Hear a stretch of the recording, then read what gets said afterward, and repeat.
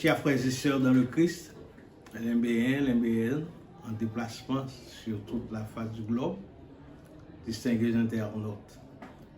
Et nous vous disons une cordiale bienvenue à ce service online du deuxième dimanche du mois d'août 2021. Voici quelques textes de la Bible que je veux lire pour vous. Et nous sommes au Deutéronome chapitre 6. Voici les commandements, les lois et les ordonnances que l'Éternel votre Dieu a commandé de vous enseigner, afin que vous les mettiez en pratique dans le pays dont vous allez prendre possession, afin que tu crées l'Éternel en observant tous les jours de ta vie, toi, ton fils, toutes tes lois et tous les commandements que je te prescris aujourd'hui. Dieu nous promet un pays où coule le lait et le miel. En Deutéronome 6, verset 4, il est dit également: écoute Israël, l'Éternel notre Dieu est le seul Éternel. Voilà, tu aimeras l'Éternel ton Dieu de tout ton cœur, de toute ton âme et de toute ta force. L'autre texte qui doit attirer notre attention, c'est Matthieu 5, verset 17, où il est question de sermon sur la montagne. Frères et sœurs, le bonheur ne consiste pas seulement à des conditions matérielles telles que les vêtements, la nourriture, le logement, les soins médicaux ou encore le droit de la parole. L'humilité et la miséricorde sont au cœur de l'Évangile. La première église baptiste du Lembe vous salue et au nom du Seigneur, elle vous renouvelle son support spirituel à cette période de grande préoccupation nationale. Laissez-moi vous rappeler que l'amour de Dieu est votre espérance. Notre génération doit faire confiance à Dieu et c'est ça tout le secret. Nous voulons de façon spéciale exprimer notre gratitude à la famille Laurent qui envoie un support financier à notre église. Et nous parlons d'Anthony Elinor et son épouse Lul Laurent Elinor, Rebzuma Laurent et pasteur Jérémy Saint-Ilma et son épouse Suébé Laurent et Saint-Ilma, Dorcius Christolin et son épouse Kenneth Laurent, vivant à Connecticut, Olex Mésidor et épouse, vivant au Canada, Ray Joseph et son épouse, actuellement au Canada, Ruto Charlot et son épouse Delcy, actuellement en vacances avec nous en Haïti. Et il y a Gabo et Maryse Toubi qui vivent tous deux à Connecticut. Nous allons chanter ensemble. Publiez bien haut la bonne nouvelle. Ce sera surtout au numéro 228 dans le recueil des chants d'espérance. Mais ce matin aussi, nous allons vous présenter un jeune prédicateur, le jeune Woodley Calix, vice-président de la jeunesse de l'Église, étudiant finissant en théologie au séminaire du Lembe, professeur de philosophie au collège baptiste du Lembe. Woodley va prouver sa vocation, son appel en s'adonnant à la prédication de l'évangile de Jésus-Christ. Que la paix et la grâce de Dieu vous assistent tous. Levez-vous pour chanter avec nous, publiez bien haut la bonne nouvelle. Publiez bien haut la bonne nouvelle. Le ciel est ouvert à tout être humain. La route est tracée, un guide fidèle vous conduira par la main. Le salut pour tous, le salut par grâce, à tous est offert, à tous est donné. Oh, Oh, venez pécheurs, venez, le temps passe, et vous serez pardonnés. Publiez bien haut la bonne nouvelle, le sang de Jésus a tout effacé. Où que vous soyez, c'est vous qui l'appelle, vous qui l'avez offensé.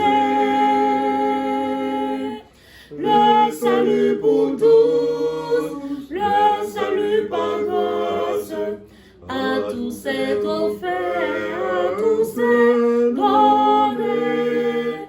Oh, venez pécheurs, venez, le temps passe, et vous serez pardonnés. Publiez bien haut la grande nouvelle, au loin comme au près, faites la courir. Partout se trouve une âme rebelle, un pécheur à secourir. Le salut pour tous, le salut par grâce, à tous c'est offert, à tous c'est donné. Oh, venez pécheurs, venez, le temps passe, et vous serez pardonnés. Le salut pour tous, le salut par grâce, à tous c'est offert, à tous c'est donné. Oh, venez pécheurs, venez, le temps passe, et vous serez pardonnés. Béni soit l'Éternel mon rocher, qui exerce mes mains au combat, mes doigts à la bataille, mon bienfaiteur et ma forteresse. Très chers frères et sœurs bien-aimés, en ce deuxième dimanche du mois d'août 2021, nous voici pour adorer le Seigneur en esprit et en vérité. Nous vous invitons à vous courber la tête, et tandis que nous allons implorer le nom du Tout-Puissant Créateur par la prière d'invocation. Prions le Seigneur. Humblement prosterné devant ta majesté, béni au tendre Père, tu es digne d'honneur, de gloire et de louange, d'adoration et d'intercession. Après toi, il n'y a point d'autre devant nous, parce que tu as créé les cieux et la terre, tu as tout créé et nous sommes les derniers à avoir lieu pour la création. Et lorsque nous étions nés, nous n'avions trouvé rien et à contribuer dans tout ce que tu as fait. Par conséquent, nous sommes une créature extrêmement merveilleuse. Tu es digne, Seigneur, de notre adoration. Reçois favorablement les paroles de notre bouche et les sentiments de notre cœur, et que ce service soit un moment de bénédiction pour chacun de nous, et pour toi un moment de gloire, de louange à nul autre pareil. Entends nos cris, pardonne nos péchés, Seigneur. Nous te prions par Jésus-Christ qui nous a montré à te prier ainsi. Notre Père qui es aux cieux, que ton nom soit sanctifié, que ton règne vienne, que ta volonté soit faite sur la terre comme au ciel.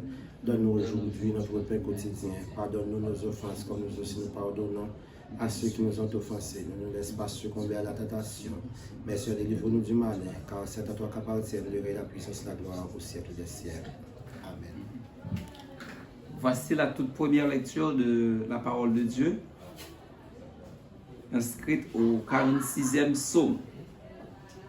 Dieu est pour nous un refuge et un appui, un secours qui ne nous manque jamais dans la détresse.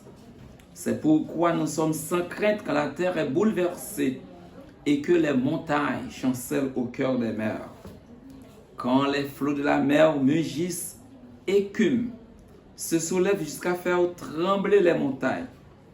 Il est un fleuve dont les courants réjouissent la cité de Dieu, le sanctuaire de demeure du Très-Haut.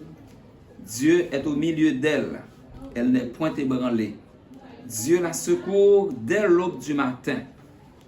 Des nations s'agitent, des royaumes s'ébranlent. Il fait entendre sa voix. La terre se fond d'épouvante. L'Éternel des armées est avec nous. Le Dieu de Jacob est pour nous une haute retraite. Venez contempler les œuvres de l'Éternel, les ravages qu'il a opérés sur la terre.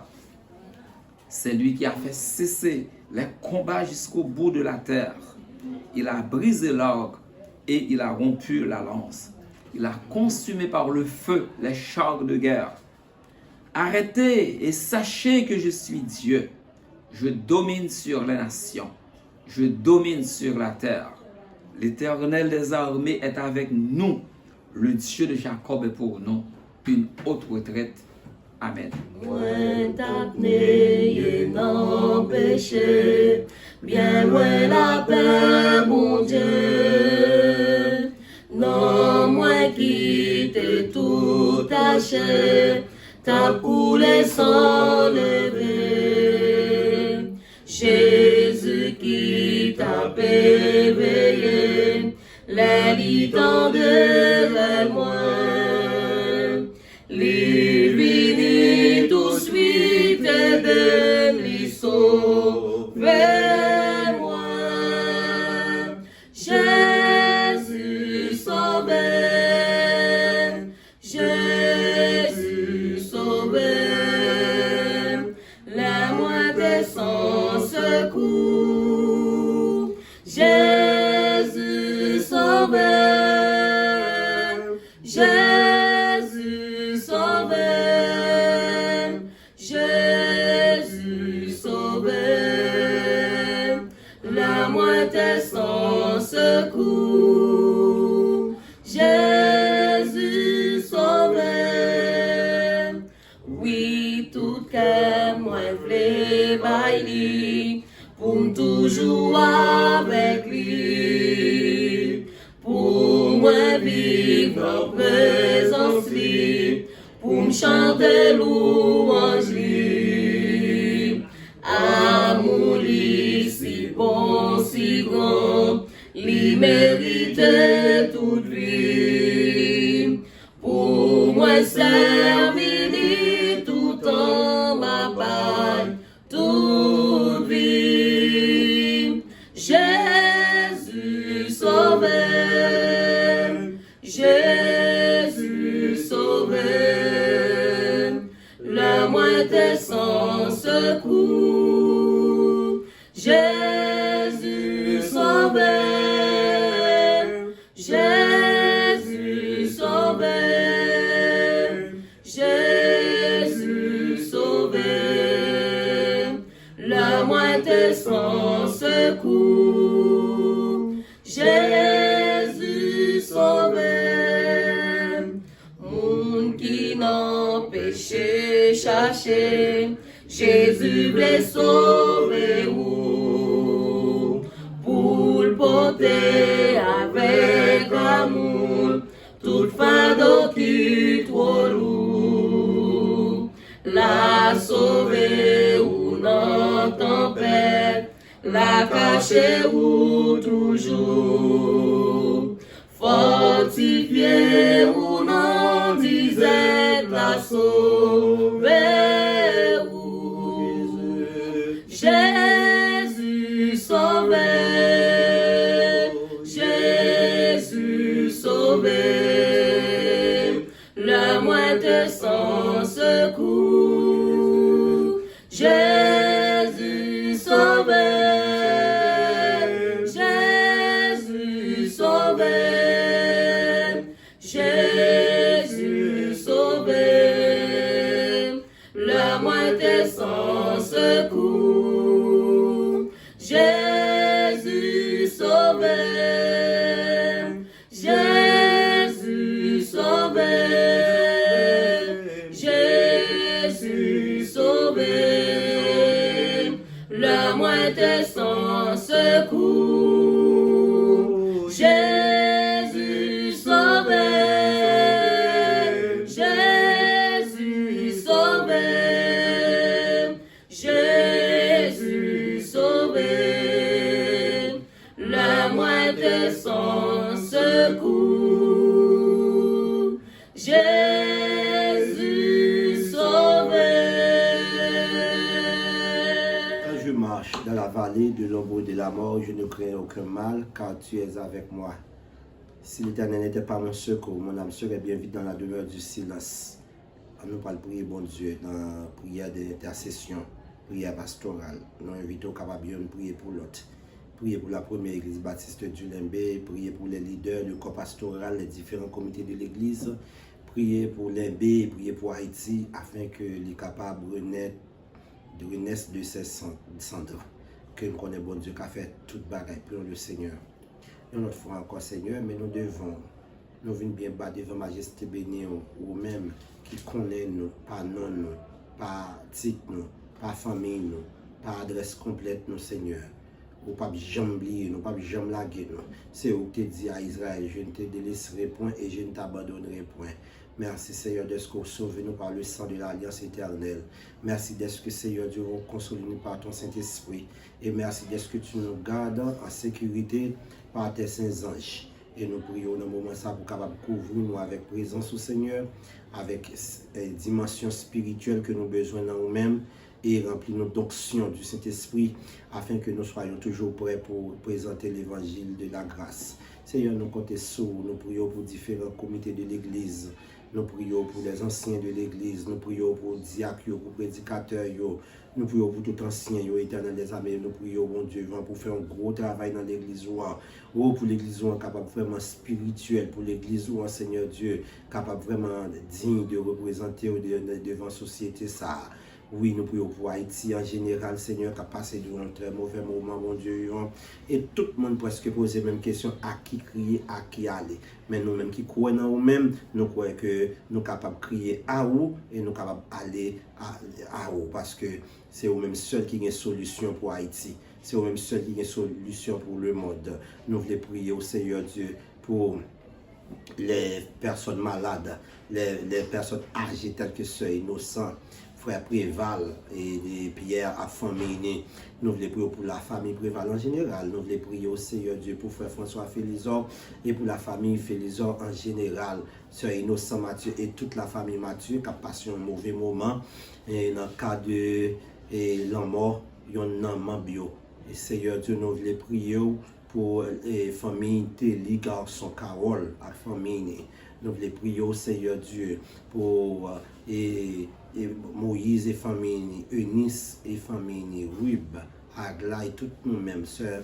Nous voulons prier au Seigneur Dieu pour sœur et sœur Toby Elias, côté Liamando, pour faire un toucher spécial pour lui au nom de Jésus et les médicaments qui sont nécessaires dans le ciel là. Et nous voulons prier pour pasteur Toby avec famille en général.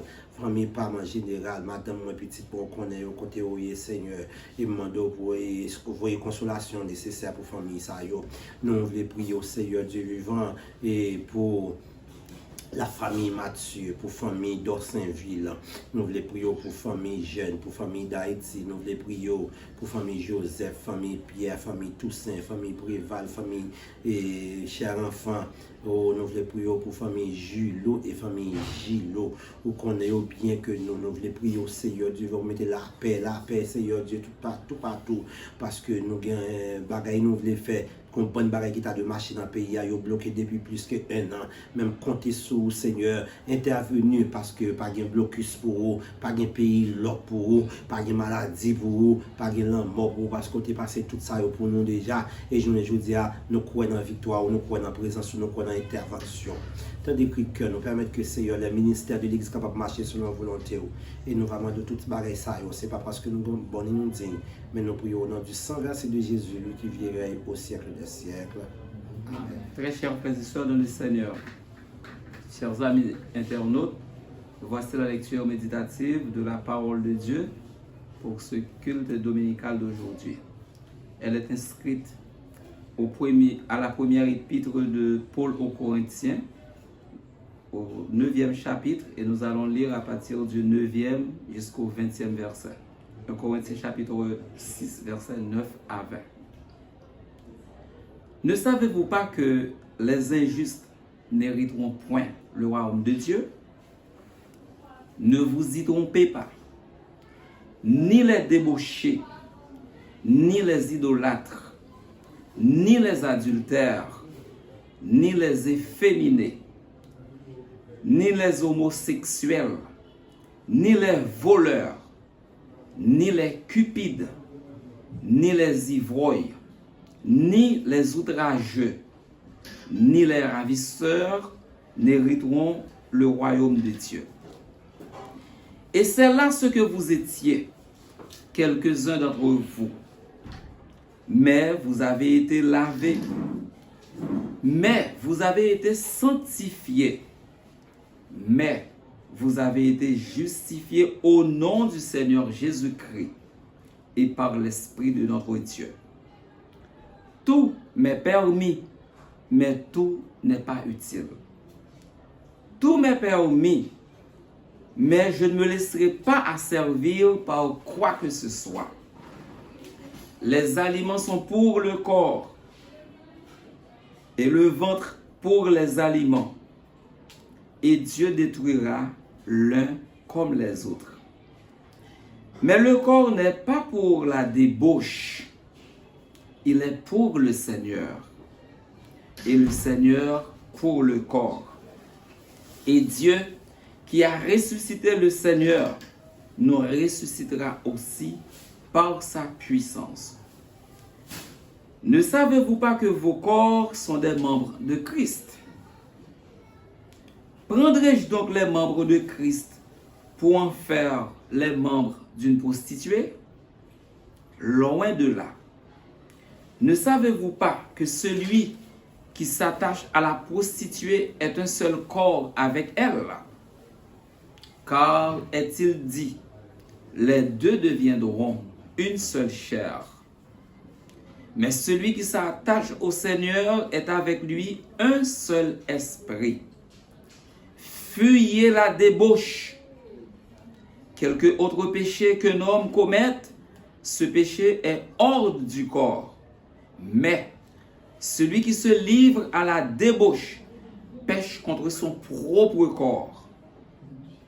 Ne savez-vous pas que votre corps est le temple du Saint-Esprit qui est en vous, que vous avez reçu de Dieu et que vous ne vous appartenez point à vous-même? Car vous avez été rachetés à un grand prix. Glorifiez donc Dieu dans votre corps et dans votre esprit qui appartiennent à Dieu. Amen. Alléluia, alléluia, alléluia. Chers frères et sœurs en Christ, chers internautes, tous ceux et toutes celles qui nous regardent à travers YouTube, que la paix et la grâce de Dieu soient avec vous tous. Il y a toujours de la joie dans nos cœurs. Amen. À chaque instant que nous contemplions la grandeur et la toute-puissance de Dieu, en dépit de tout, en dépit des douleurs, en dépit de la maladie, en dépit de la guerre, en dépit de la famine, de l'insécurité, nous sommes encore vivants. Aujourd'hui, nous remercions le Seigneur pour cette faveur accordée en ce jour d'être son porte-parole. Merci aux leaders de l'Église, plus particulièrement les pasteurs, pour m'avoir choisi. De nos jours, on se renforce quotidiennement par la grâce de Dieu. Et lui-même, ce que j'aime tant, il se tient toujours à notre côté. Car si tel n'était pas le cas, nous ne serions plus jamais exister.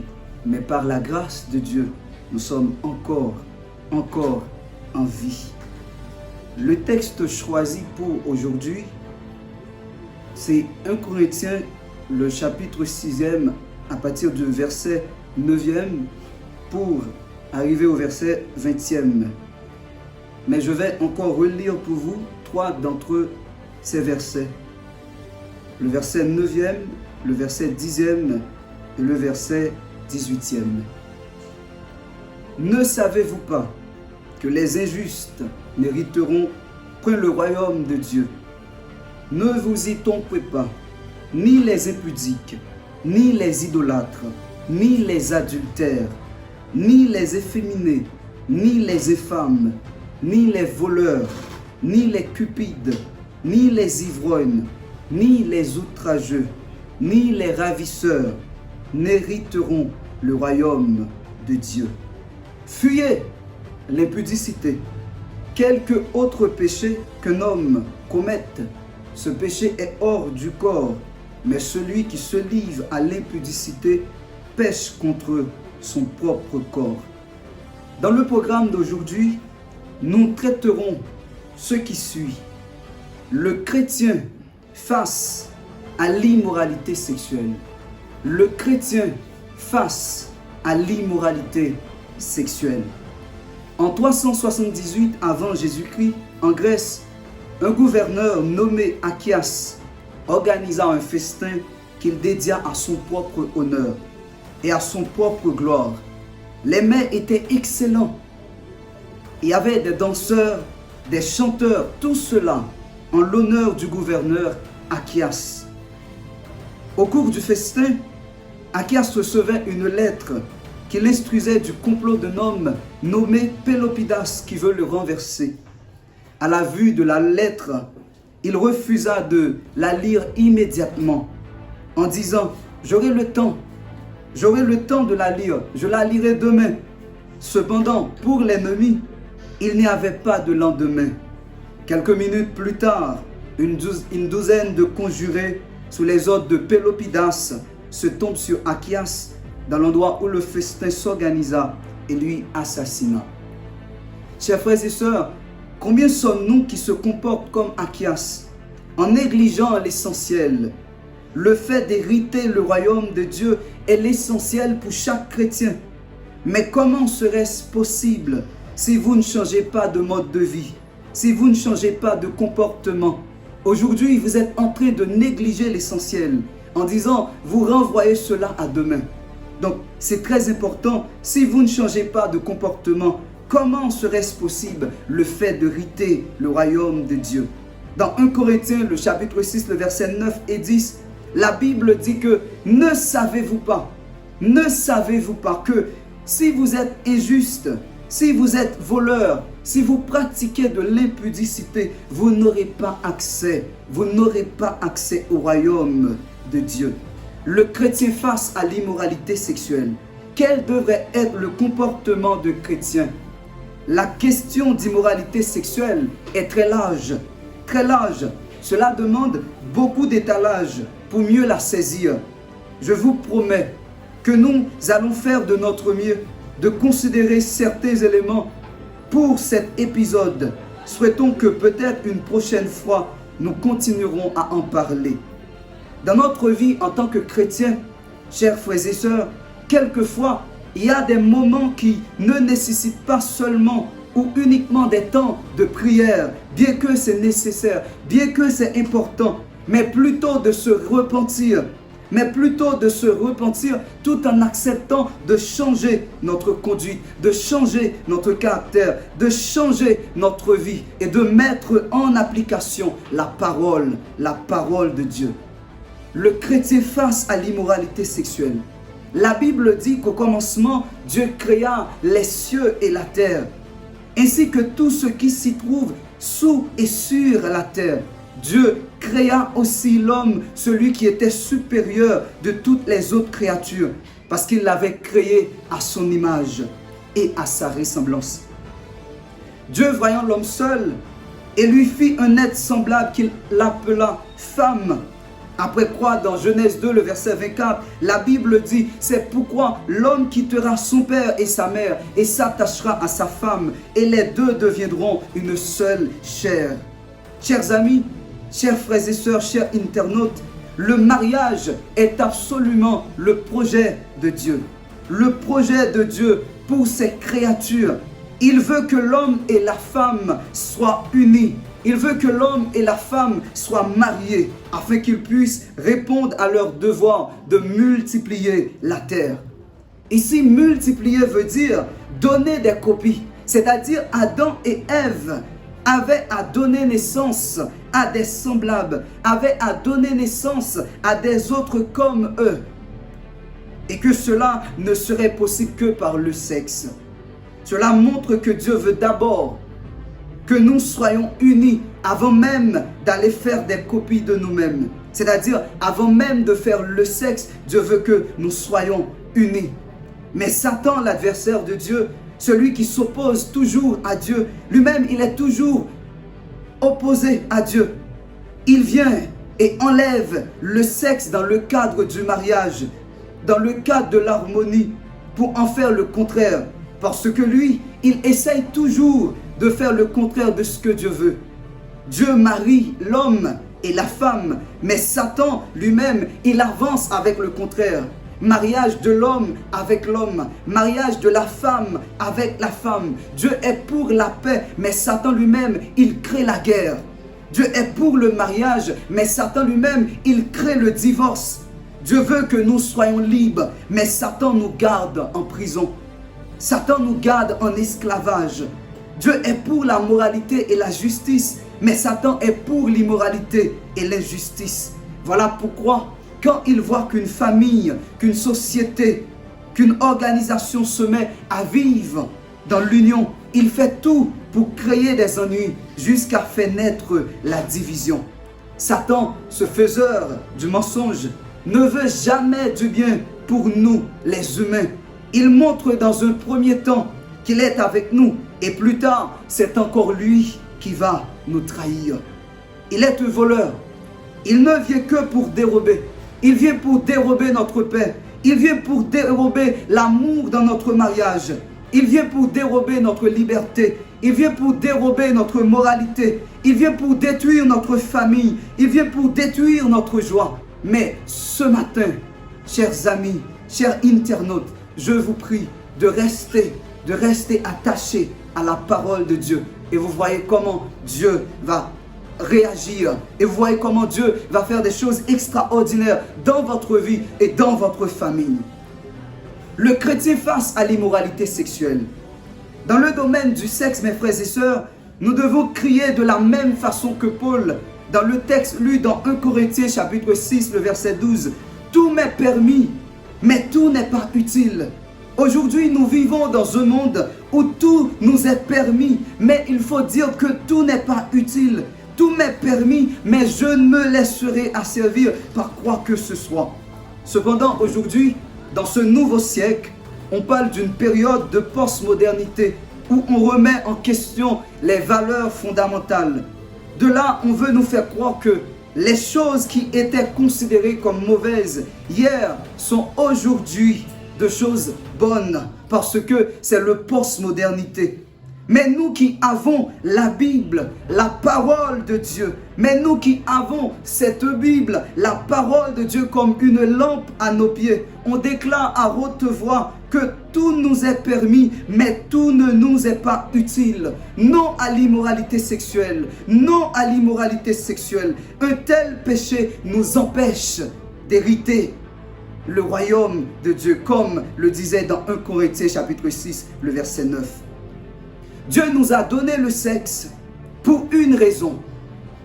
Pour une raison, une seule raison. Multiplier la race humaine dans l'unité entre l'homme et la femme. Et en dehors de cela, pas de justice. En dehors de cela, Dieu ne vote pas. Donc c'est dire que le chrétien face à l'immoralité sexuelle devrait savoir que Dieu a donné le sexe pour une raison.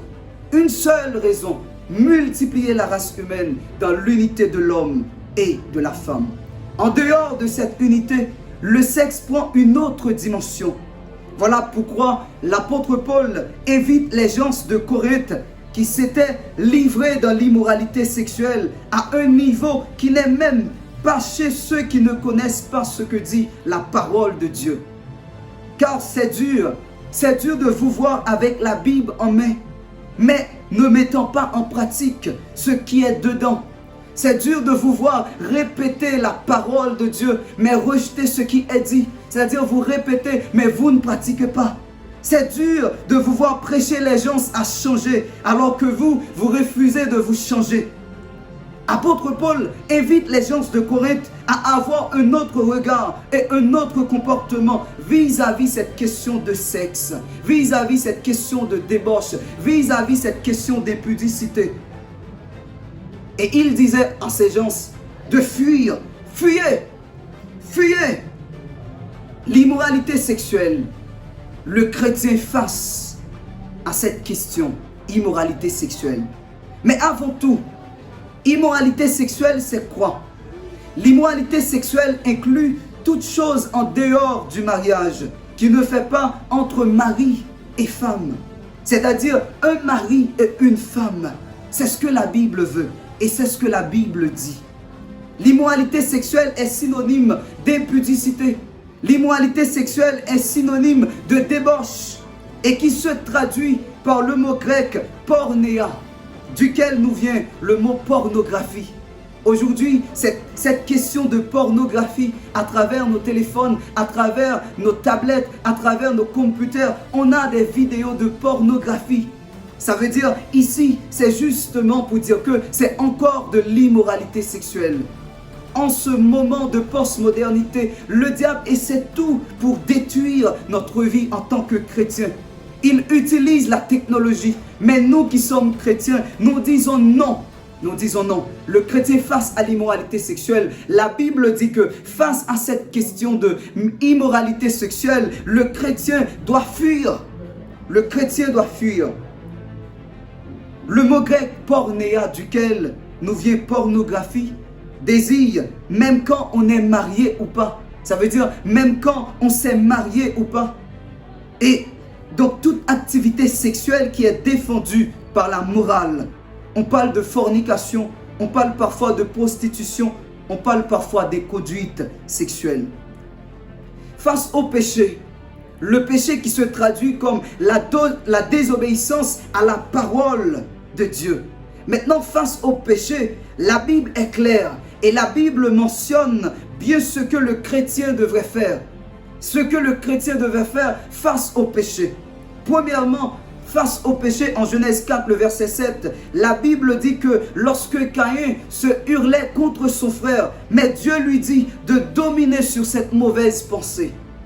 Dieu dit à Caïn de dominer. L'unique façon de s'échapper face à ce péché, c'est de dominer.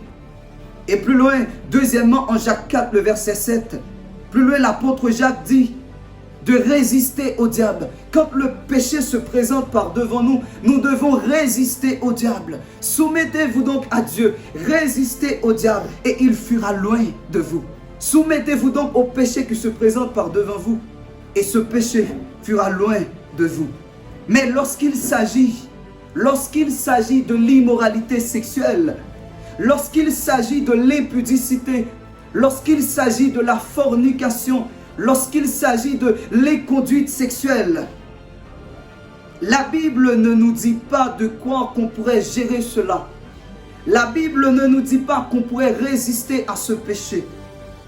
Elle ne nous dit pas que c'est simple et que alors tu vas le gérer. Mais elle nous dit plutôt de fuir. Dans 1 Corinthiens 6, le verset 18. Fuyez. Rester derrière des portes closes peut vous entraîner dans ce péché. Être seul avec celle que vous aimez peut vous entraîner dans le péché. Parce que ça peut déclencher la chimie du corps, votre envie, et peut déchaîner dans ce péché. Parce que c'est tout à fait naturel. À ce moment, ce pourrait être difficile de prier. Ce pourrait être difficile de trouver un chant. Donc, ce que vous avez juste besoin de faire est d'éviter d'être seul. La Bible vous invite à fuir. L'une des raisons pour laquelle que la Bible nous demande avec pleine d'insistance de fuir, de vous sauver, de vous échapper même de la même sorte que Joseph l'avait fait face à la femme du roi. Joseph avait fuir. C'est parce que l'immoralité sexuelle, l'impudicité, ce péché a un impact différent que les autres péchés. Par contre, je ne suis pas en train de donner un niveau au péché. Je ne suis pas en train de dire qu'il y a un péché supérieur, il y a un péché inférieur. Mais essayons de lire ce verset, 1 Corinthiens chapitre 6, le verset 18. Fuyez l'impudicité, quelque autre péché que l'homme commette. Ce péché est hors du corps, mais celui qui se livre à l'impudicité pêche contre son propre corps. Ce péché nous entraîne à pécher contre notre corps. Cela signifie que l'immoralité sexuelle affecte notre propre corps. Il y a des gens qui disent que le sexe est très puissant. Et la puissance qu'il contient peut être comparée à l'énergie atomique. Cette même énergie que vous voyez produire de l'énergie, de l'électricité pour alimenter une ville et peut aussi détruire une ville lorsqu'il est utilisé comme une bombe. Ça veut dire à mesure que vous utilisez le sexe dans le contraire, ça peut transformer comme le faisait l'énergie atomique en une bombe qui peut-être allait détruire votre vie. 1 Thessaloniciens 4, le verset 3, la Bible dit, ce que Dieu veut, c'est votre sanctification. Dieu ne veut pas que vous livrez à l'impudicité. Dieu ne veut pas que vous livrez à les conduites sexuelles, mais Dieu veut que vous gardez votre vie en sanctification et que Dieu veut que vous vous absteniez de l'impudicité. Qu'est-ce que cela veut dire? Cela veut dire simplement que Dieu ne vote pas pour l'immoralité sexuelle. En faisant cela, elle peut vous entraîner dans une faiblesse de votre maîtrise de soi. Cela occasionne aussi l'entrée de tout ce que Satan veut en vous. Proverbe 25, le verset 28, la Bible dit, comme une ville forcée et sans muraille, ainsi est l'homme qui n'est pas maître de lui-même. Ça veut dire si vous arrivez à un moment où vous perdez votre maîtrise de soi, vous deviendrez comme une ville forcée, une ville qui est sans muraille. Ainsi vous êtes. Chers amis, face à ce péché, le chrétien face à l'immoralité sexuelle, il n'y a qu'un seul aspect, il n'y a qu'une seule possibilité, une seule possibilité qui est à notre domaine, une seule possibilité qui est à notre avantage, c'est de fuir, courir. Ça veut dire sauvez-vous de cette mauvaise conception, sauvez-vous de ce péché. Chers amis, le chrétien face à l'immoralité sexuelle devrait fuir. Et fuir veut dire sauvez-vous à grande vitesse, comme parfois lorsque vous voyez une maison qui est en train de brûler, comment les gens de la maison essayent de s'échapper. C'est de la même manière, face à ce péché, sauvez-vous, sauvez-vous. C'est notre seule possibilité. Le chrétien face à l'immoralité sexuelle, notre seule possibilité est de fuir. Que Dieu vous aide à le faire, que Dieu vous aide à fuir. En tant que chrétien, vous n'avez qu'à fuir face à ce péché. Que le Seigneur vous bénisse, que le Seigneur vous garde. Entends-tu, Jésus t'appelle. Viens au péché, il t'attend. À cette voix si fidèle, tu résistes à trop souvent. Laisse entrer le roi de gloire. Ouvre ton cœur à Jésus. Laisse entrer le roi de gloire. Hâte-toi, ne tarde plus. Pour le péché, pour le monde, tu trouves place en ton cœur. Point pour le sauveur du monde, rien pour l'homme de douleur. Laisse entrer le roi de gloire. Ouvre ton cœur à Jésus. Laisse entrer le roi de gloire. Hâte-toi, ne tarde plus. Jésus frappe une fois encore. Ouvre ton libérateur. Et pour toi luira l'aurore du véritable bonheur. Laisse entrer le roi de gloire. Ouvre ton cœur à Jésus. Laisse entrer le roi de gloire. Hâte-toi, ne tarde plus. Aujourd'hui c'est jour de grâce. Ne compte pas sur demain. Pendant que ton sauveur passe, saisis sa puissante main. Laisse entrer le roi de gloire. Ouvre ton cœur à Jésus. Laisse entrer le roi de gloire. Hâte-toi, ne tarde plus. Laisse entrer le roi de gloire. Ouvre ton cœur à Jésus. Laisse entrer le roi de gloire. Hâte-toi, ne tarde plus. Ebenezer, jusqu'ici, l'Éternel nous a secourus. Seigneur, Papa, cela, c'est tout puissant. Nous te remercions pour faveur, pour grâce. Merci pour compassion, miséricorde, Seigneur. Voilà tout ça maintenant, malgré les problèmes, malgré les difficultés, malgré tout le monde, Seigneur. Pour te couvrir nous, on va te donner grâce pour la justice, Seigneur, parce qu'il n'y a rien mal qui est arrivé nous. Malgré un peu le frère qui a crié, des sacs dans la prison, il a ce dans l'hôpital, des sacs dans la mort, il y a ça tout, comprendre quelqu'un, Seigneur. Mais tu vas pas mieux, il va passer le passer, mais son faveur, son grâce, tu vas mériter. Seigneur, nous te remercions pour grâce. Seigneur, Dieu merci pour matin encore. Nous chance, nous venons dans le Seigneur. Nous vous remercions pour tout bien faire, Seigneur, pour toute protection de bonne pendant cette semaine.